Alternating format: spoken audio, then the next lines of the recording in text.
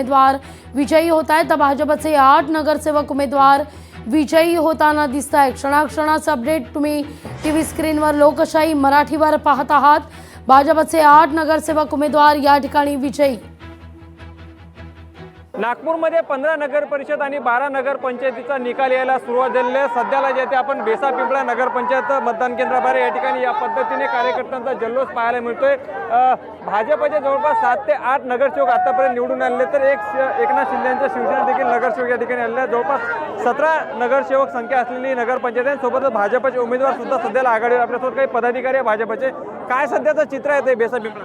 बेसा पिंपळामध्ये सध्या बीजेपीचंच पूर्ण चित्र आहे। फक्त आतापर्यंत 8 चे रिझल्ट आलेले, 8 पैकी फक्त एक शिवसेना आहे, ती आमची युतीच आहे। त्याच्यामुळे सगळीकडे भगवामय वातावरण आहे आणि बीजेपी सगळीकडे छानलेली आहे, बिलकुल सगळीकडे बीजेपीच आहे। नगराध्यक्ष पदाचे जे उमेदवार आहेत त्यांची सुद्धा आमच्या लीड सध्या तरी 2000 मतांनी लीडवर आहेत आणि त्याही चांगल्या 5 ते 6000 लीडनी येणार ह्याला आमच्या खात्री आहे।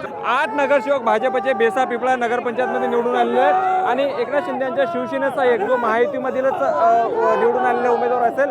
मात्र इतर महाविकास आघाडीच्या कोणत्याही पक्षाला जे अद्याप आपला खाता जे ते बेसा पिंपळा नगर पंचायतमध्ये उघडता आलेलं नाही। लोकशाही मराठीकडून मी ज्ञानेश्वर पवार, नागपूर।